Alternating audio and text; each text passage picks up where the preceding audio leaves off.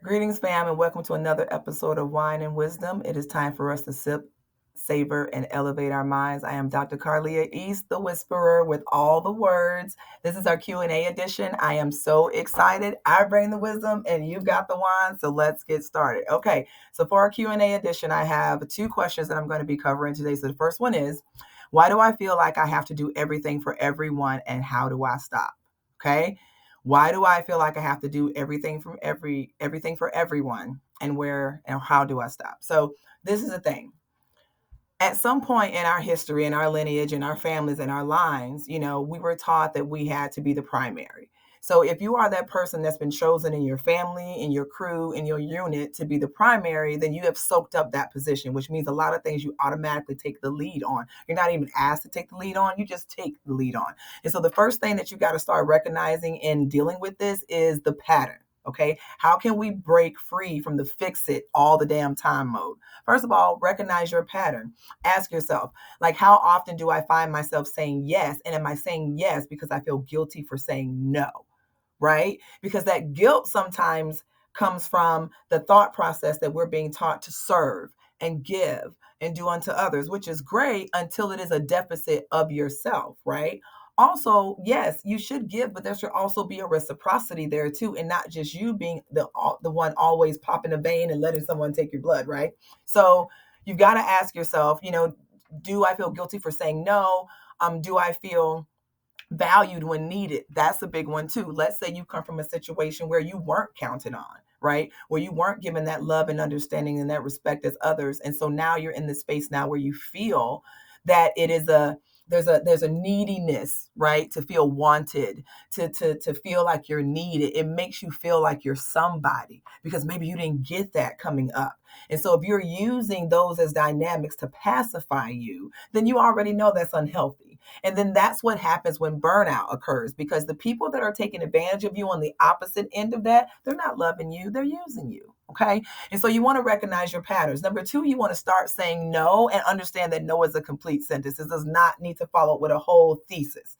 Okay. No is a complete sentence, point blank and period. You don't need to write an essay about it. You don't need to follow up about why you're saying no. Sometimes we over explain our no's, right? And even if you feel like, okay, well, it's my mom, I just can't say no, or it's my best friend or someone like that, like I feel like I want to give them a little bit more details. The detail doesn't mean that you have to over explain yourself. The detail can be, you know what, sis, no, I'm not able to do that, I just don't have the bandwidth. You don't have to give details about why you don't have the bandwidth, what the bandwidth is. I just don't have the bandwidth. Mom, I'm unable to do that. I don't have the time in my schedule. Or I've got some prior engagements that are really important to me, like a bath with bubbles and wine. Like, they don't need to know what the hell you're doing. Just know that the answer is no. So stop feeling like you need to come up with some valid answer as to why you're saying no. No, say no. But if you feel like you want to give that person something because that makes your anxiety feel better, then just give them a little bit. No, because I don't have time. No, because I don't have the bandwidth. No, because I've got some other obligations. No, I don't really have room in my agenda for that. Okay. Next thing you also want to do is prioritize yourself without apologizing. Prioritize yourself without apologizing. Remember that no we just talked about? That's about prioritizing yourself. Okay. And when you prioritize you, you're able to get things that you need to get done. Because guess what? I'm pretty sure people are always asking you to do something for them. You're maybe not that person that's constantly asking other people for help. So that means that if you are doing stuff for them, then you are foregoing the shit that you need to do for yourself. And therefore, you're behind in your own stuff because you're so busy trying to reach up for other people. You get what I'm saying? So you are not responsible to clear the chaos of everyone's life.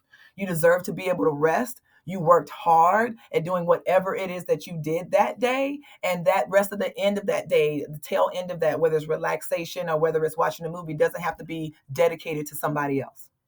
It can be absolutely dedicated to you. So again, you feeling like you have to do everything for everyone is you showing up all the time. Stop showing up all the time without being called. Okay. And even if you are called, is it your issue? Just some things y'all want to think about. All right, keep the questions coming. What do we got? Number two question. Okay. Is it normal to feel lost in my 30s, 40s, or 50s?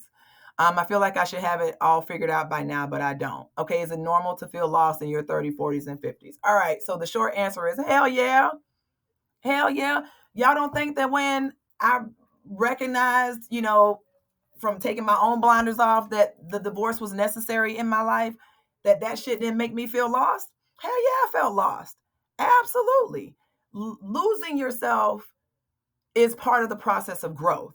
Remember, y'all, we live in this life for the first damn time. We ain't never lived this shit before. So the things that we are experiencing are new to us. So we can get lost experiencing those new things, okay?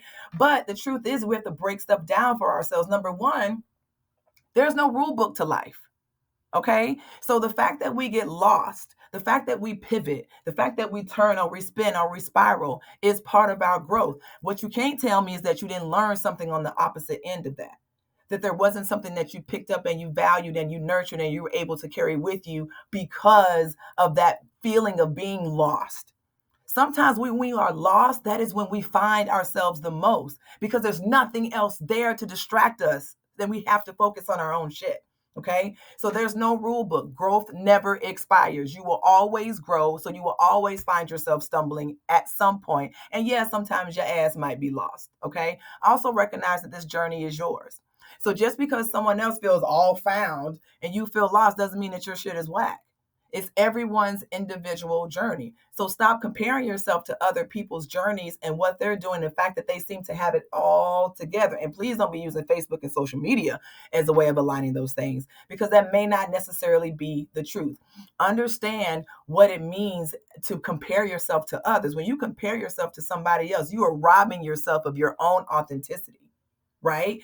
Just because someone else hits a mark or a goal that you want to achieve doesn't mean that you're not going to achieve it. It doesn't mean that they're better than you. It doesn't mean that you're behind. It means that you are on your own path and your own journey. And sometimes the reasons why we don't necessarily make it to things as quick as we want to is because we still got some unfinished business and things that we need to clear up. So feel comfortable about that slowdown or that speed bump that you don't like because it's there for a reason. Okay. And then the third thing is when you are feeling lost, again, it helps you to find things out about yourself that you did not even know was there. There are strengths that I have been able to find out about me, right? Things that I let go of, let's say in my marriage that I voluntarily let go of, that I now am like, no, I want that shit. I want that in my life. I want to do that. I want to go there. I want to, experience these things. Me being lost allowed me to find myself again. Because sometimes when we're lost because we've allowed ourselves to lose who we are. Okay. And we're all guilty of that from time to time. It doesn't have to always be in a relationship, a personal one. It could be a relationship at work or a friendship, but over time we start letting go, right? And just automatically forfeiting certain things that we love or like or want to enjoy. And when we are on that lost path, we're able to actually find our way back to that and say, you know what, let me pick this back up. Let me pick back up my knitting. Let me pick back up my baking and do some of the things that bring me joy. Okay. So yeah, 30s, 40s, 50s, 60s, and 70s, boo, your ass can be lost. But being lost means that you went somewhere. Hello, you traveled somewhere. You went off the beaten path. You tried some shit. That's what life is about. So yeah, don't get upset when you're lost. Understand that when you're lost, it's because you've been traveling. And now you get to find your way back to wherever you want to be and create that for you. Okay. I love these questions. Keep them coming in. Again, guys, thank you so much. I am Dr. East. Please like, share, comment, let people know about this podcast. I keep it real, I keep it raw, but always educated because that's why our sister got the degrees. Okay. I will see you guys in 2 weeks. Take care and be